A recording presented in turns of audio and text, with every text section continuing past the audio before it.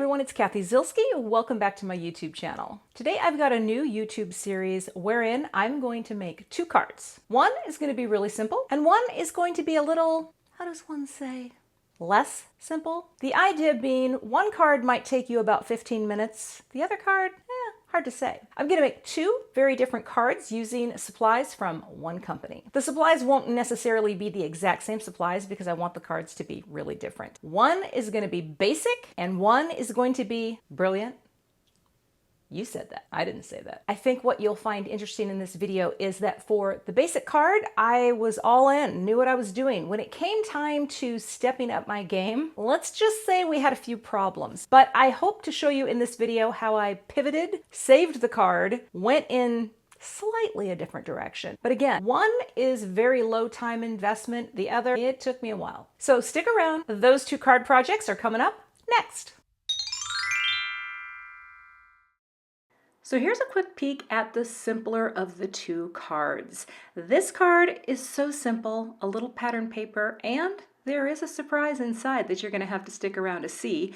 And then we move on to the more complex card. Now, even though this card looks simple, I'm here to tell you, it took a while to get to the finished result, and that's going to happen sometimes. So let's take a look at the products today.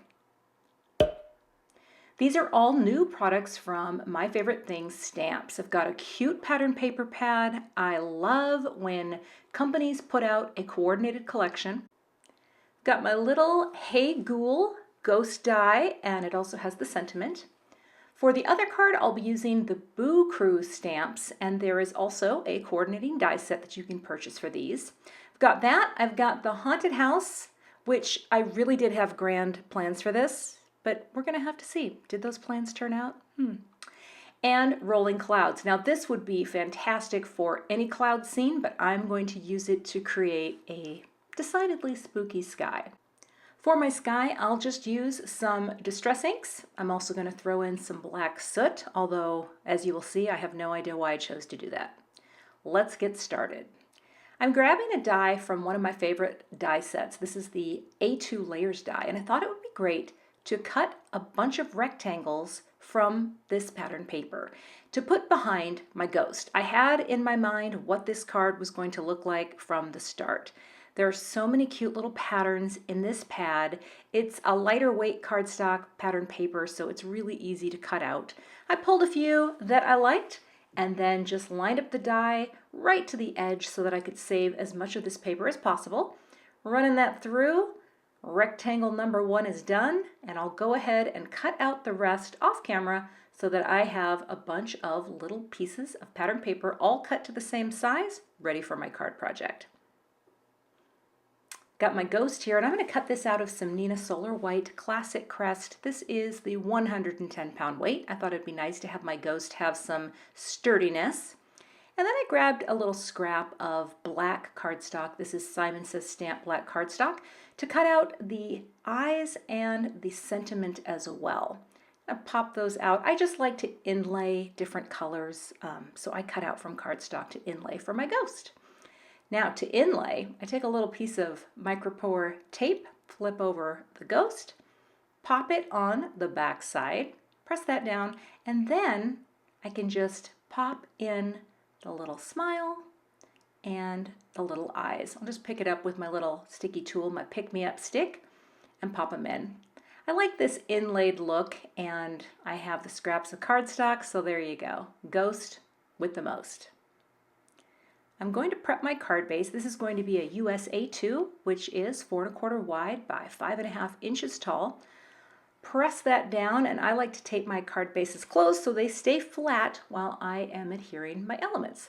So I'm going to tape that down, and now we are ready to start building the card. I've got a little bit of foam tape on the back of my ghost because we're gonna pop them up. Not a lot, just a little. And I'm going to create my arrangement. Now I thought this was the best one, but then I started to lay in some of the other papers, and honestly, any of them would have worked. That's the beauty of a coordinated collection, because the designers who create them have done the work for you. All of these papers look great together. I'm going to save those other three for another project. And now I'm just going to start adhering the panels. I like to start with the center one, bringing in my clear T-square just because that's going to help me get this straight. I like to tape my T-square into place once I know where it's going to go, just so it doesn't shift, right? Then it's all good. Placing that down. The other thing too is I feel like when you have a simple card, when things are straight, it's going to look good. I'm taping that also for the vertical, and now I can just line up my papers right in place. And I'm just using a little dot runner from Gina K to adhere these pieces. Just like that, my trio looks fantastic. Now, I cut out Hey Ghoul in white.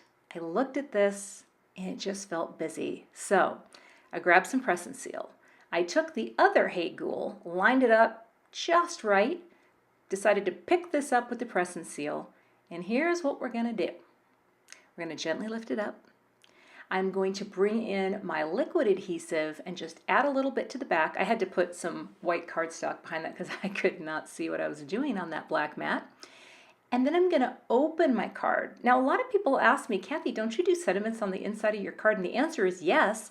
I just often don't show it. But I thought this was a really fun solution to include this cute little greeting, but to do it in a different way.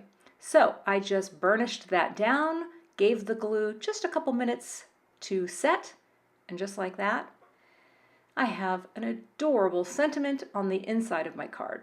Put another piece of cardstock just to give it a good burnish down, and that's not going anywhere, and it's adorable.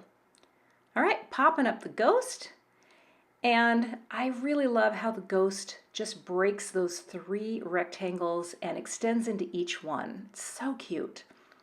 To finish this off, I grabbed some enamel dots from 3 different collections. I have a whole goodly stash of waffle flower dots, and I decided that I needed a different color from each collection, but you know what? You got those dots, mix it up. Get what you need from those packs, and that, my friends, is the finished simple card. So you can see, right?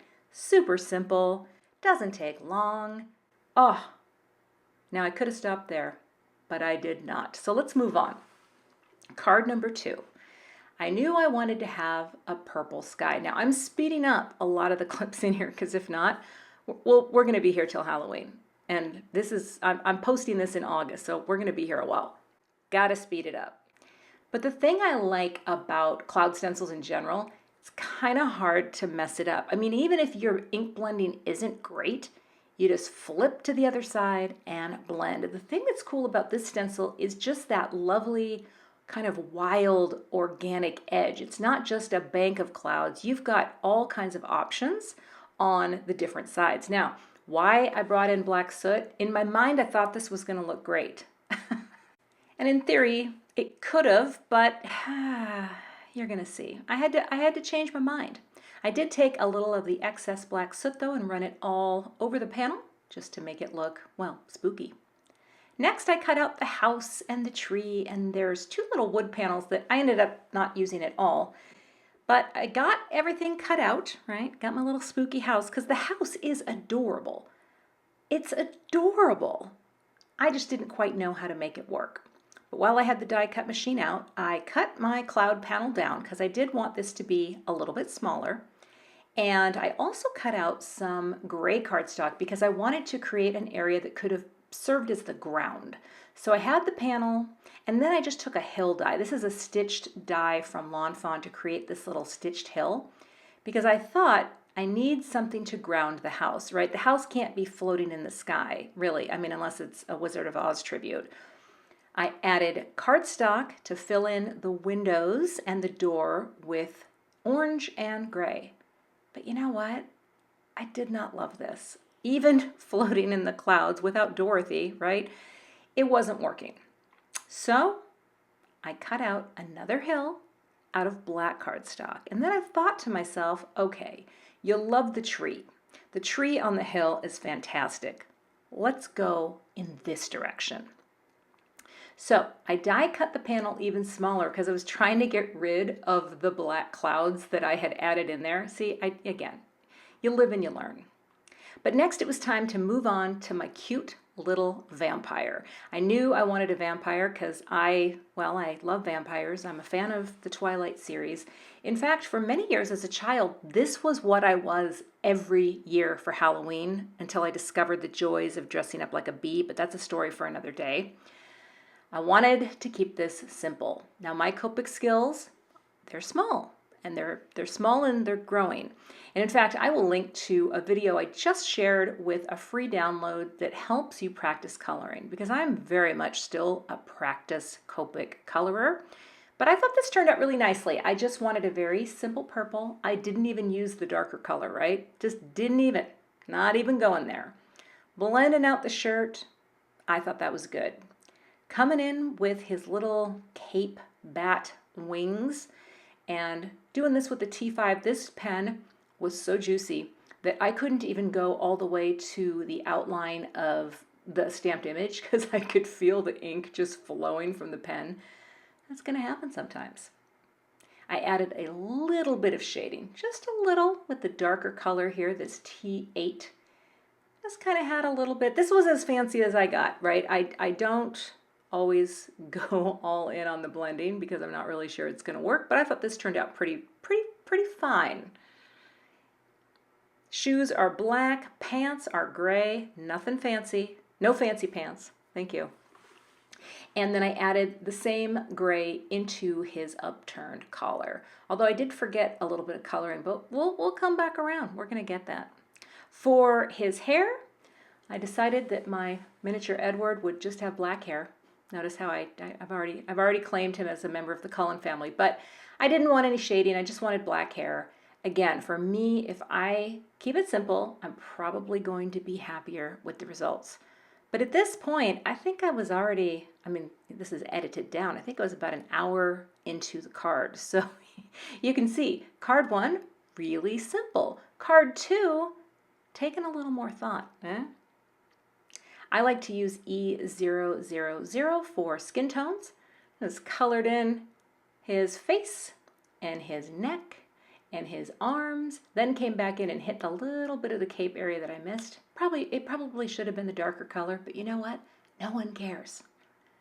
A little R01 for the cheeks, because it doesn't matter that he's a member of the undead, right? He should still have rosy cheeks. So I grabbed the coordinating die, ran that through my die cut machine, and you know what? I think that looks pretty good. For the sentiment, I got the whole card sort of loosely assembled inside of my Misty, and I'm going to pick up "You're bewitchingly cute." Prepping with my anti-static tool, and I thought I'd try something. Someone told me to use unicorn with my white embossing powder, so I thought, all right, I'll give it a try.